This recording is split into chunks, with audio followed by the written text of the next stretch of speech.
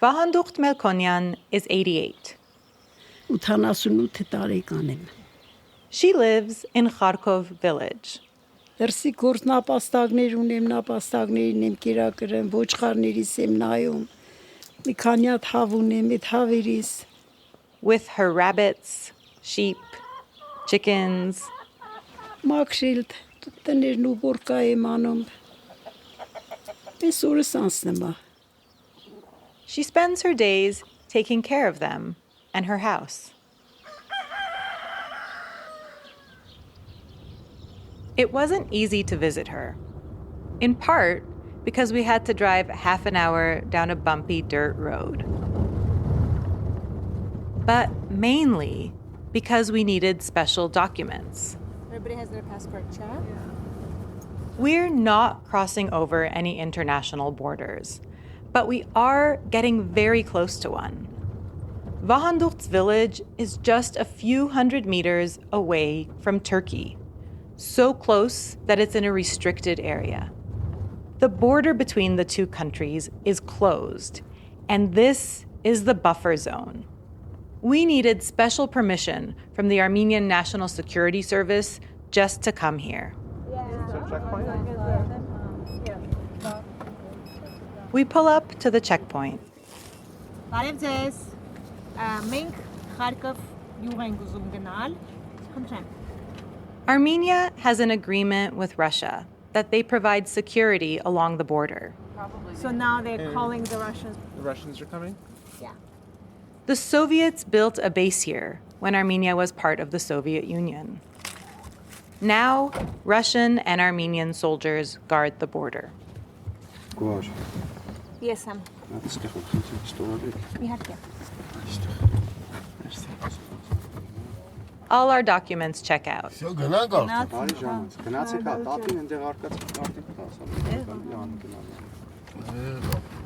And we head on to meet the last resident of Kharkov village.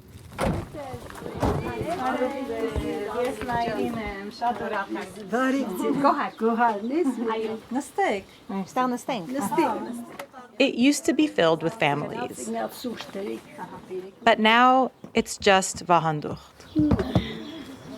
She's alone here with her animals.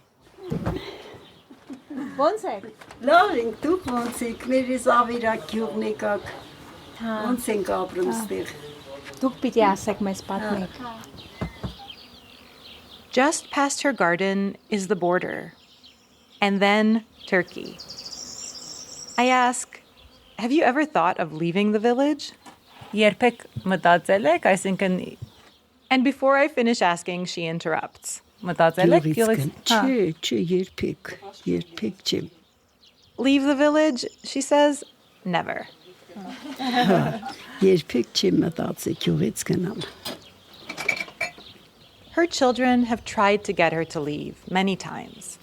Երեխաները շատ են բանանում, բայց ես չեմ համաձայնվում։ But she isn't budging.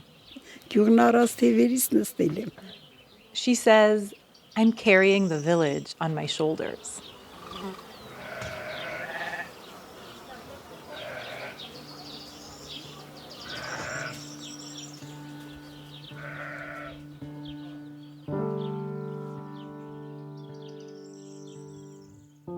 This border carries weight for so many reasons. But what is it like for Vahandukht, the last resident of Kharkov village? Welcome to Country of Dust, stories of a changing Armenia. This episode, The Last Tonir. I'm Nairi Abrahamian.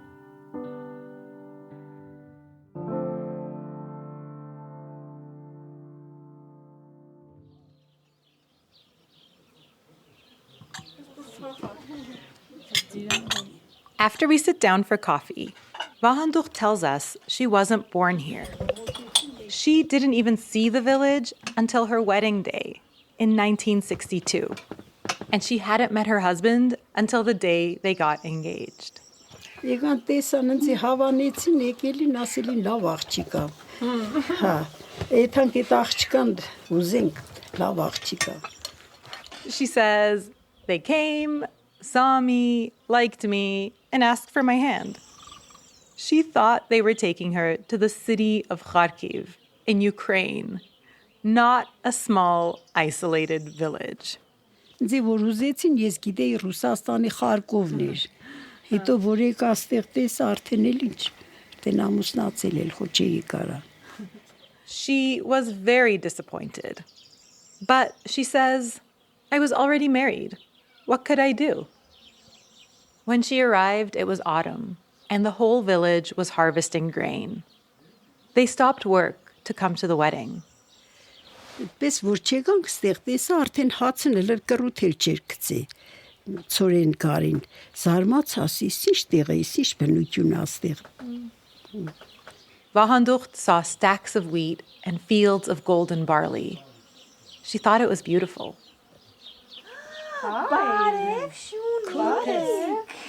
Kuchi, one of her 3 dogs, wanders over.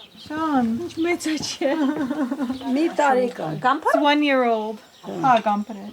Hi. John. Then one of her cats, too. Փեստել, արի, փեստել, փեստել։ Her name is Pustul. She's missing one eye. Ին վաղտ ավելի լավ էր, աշկն տեղները մի դիավոր, մի աչքն չկա։ You can tell she's a cat who's lived a full life, wandering all over these meadows. When she walks over to the military base in the winter, the soldiers tuck her inside their coats to keep her warm.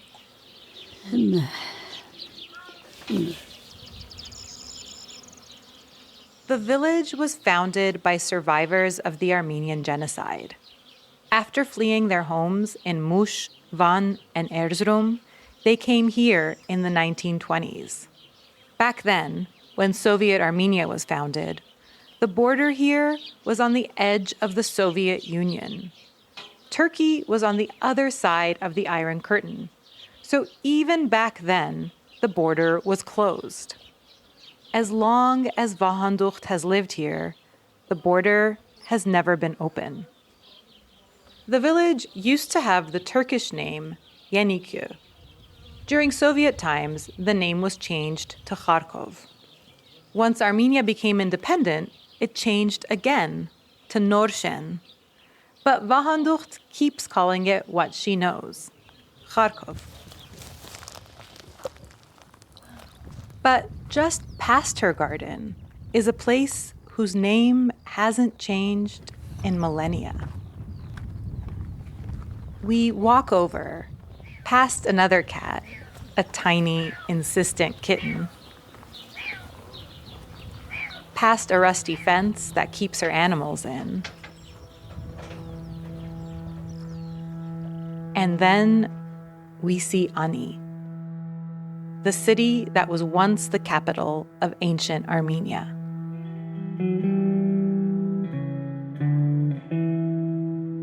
It's just over there, on the other side of the gorge that separates Armenia from Turkey. So close, you can hear people talking. It looks as if there is no border, as if this is all the same land. When Vahandukht's children were young, they would say, "Good morning, Ani," when they woke up, and "Good night, Ani," before they went to sleep. At its height, Ani was known as the city of 1,001 churches. Now it's in ruins. We can see the enormous cathedral, built around 1000 AD. Its dome has collapsed, as have some of its stone walls. Looking out at the rolling green countryside and the huge sky, we can almost see ancient armies clashing. This land has changed rulers too many times to count. Almost 1,000 years ago, there was a battle so ferocious here, it's said that the Ahurian River that flows through the gorge was dyed red with blood. But on this summer day, it is so calm. Politically, this border can be electric with tension. But for Vahandukht, living on the border is peaceful. For visitors like us, that's surreal.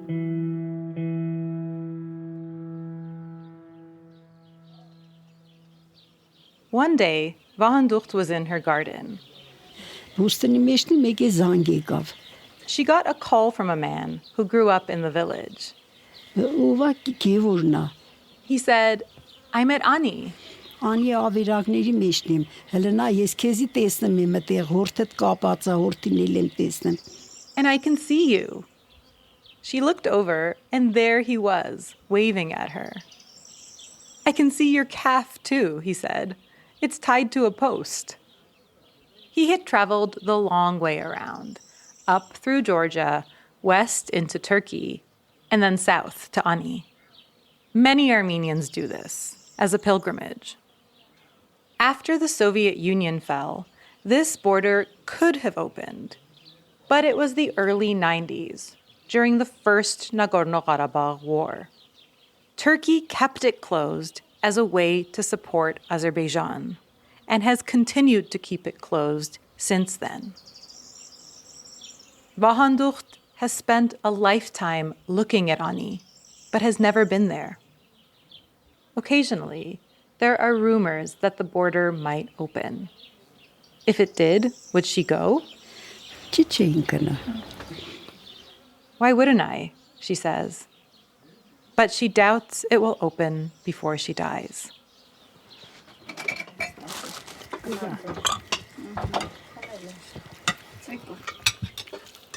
Vahandukht cooked a huge lunch for us and her children who were visiting. They slaughtered one of her lambs for the stew. Այդպես լավ հույրեր ենք ունենը մորթը մենք որ դու պետք է գայի կասի մորթա երեխեքս կքան թող օգտվին. And she cooked it with mallow from her garden.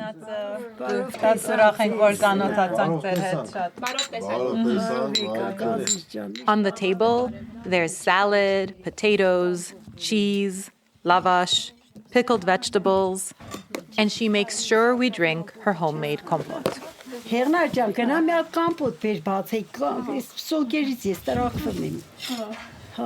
She says, "I hate store-bought juices." The chickens wander over. They're hungry too.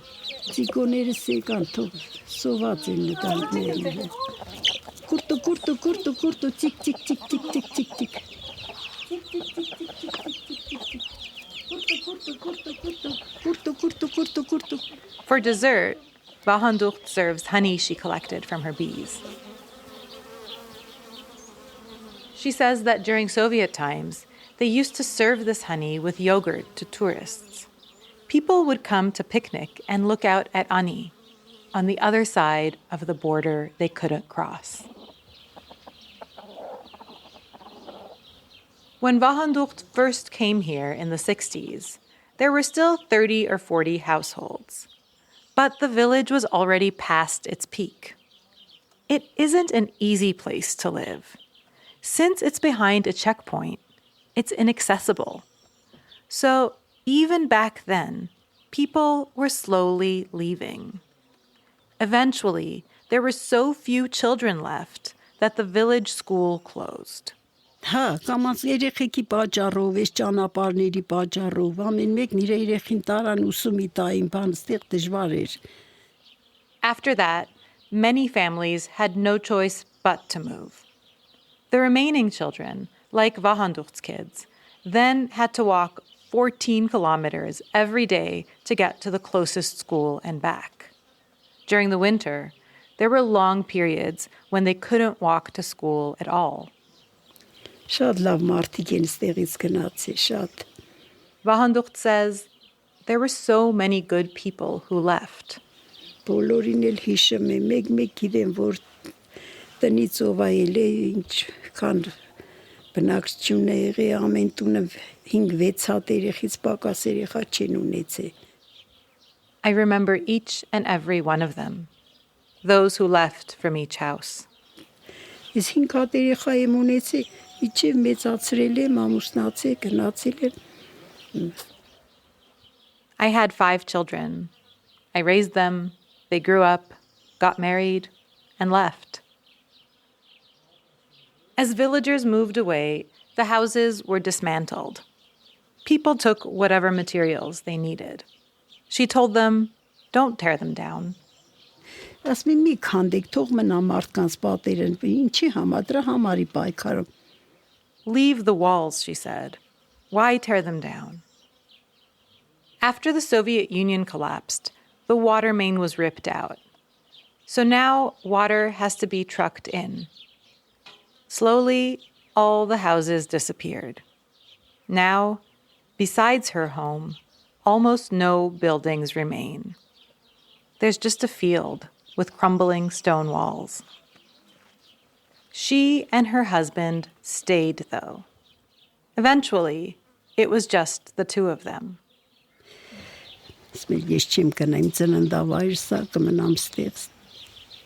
He said, I won't go. This is my birthplace.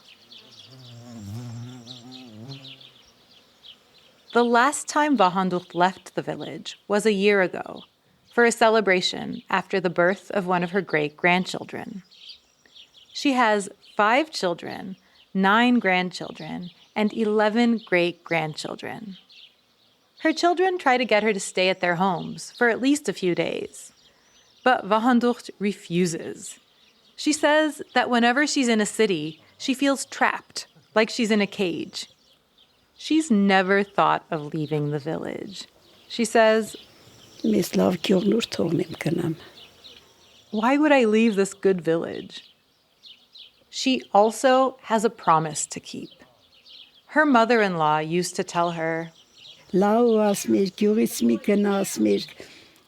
don't leave.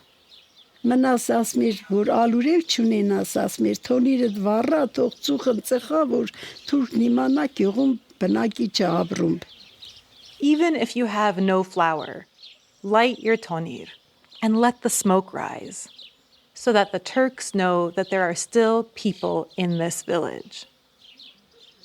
After her husband died in 2010, he was buried here. She lights incense at his grave. She says, if I left, who would visit him?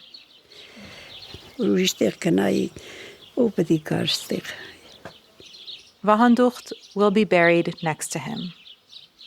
After that, she says, whatever happens, happens.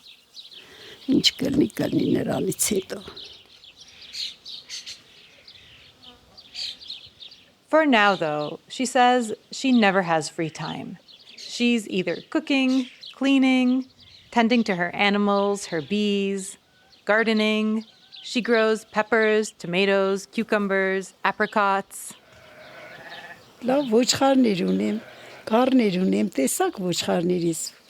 She asks, did you see my sheep? My little lambs? She has 6 sheep now. She used to have more, but a wolf took them. Every year, 4 or 5 lambs are born. They sacrifice one of them on the anniversary of her husband's death. She used to do everything herself, but at 88, she can do less and less. Like when she's gardening, it's hard to stoop over. Her kids come and help her now. And she has plenty of other visitors, like tourists who come for a view of Ani.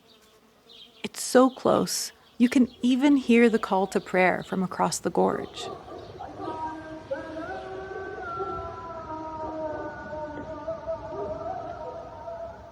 Vahandukht hears it every morning, noon, and night. You can just hear it.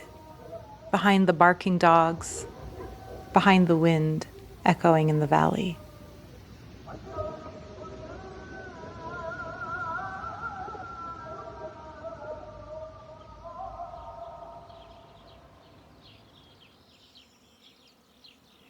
Kharkov village has been on the frontier of so much history.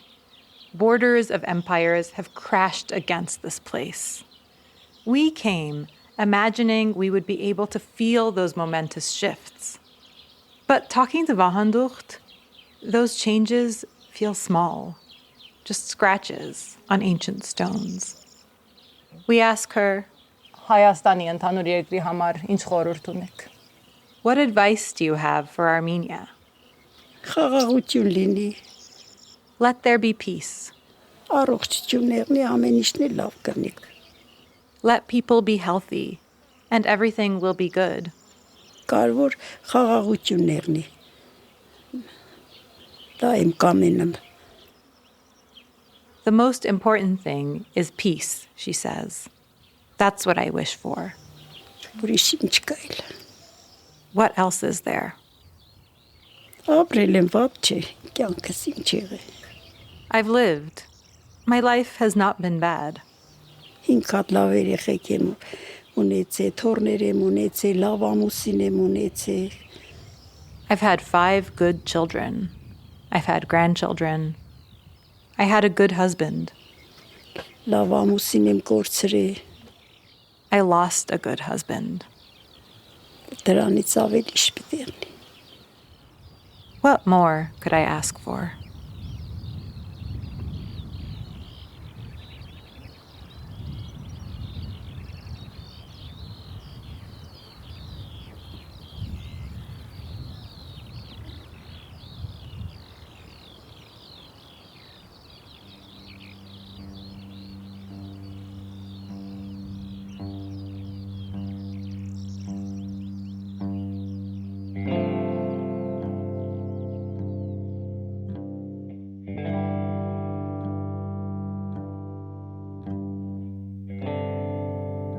Country of Dust is created and produced by Nairi Abrahamian, Jeremy Dalmas, and Gohar Khashadrian. Sound engineering and music by Jeremy Dalmas.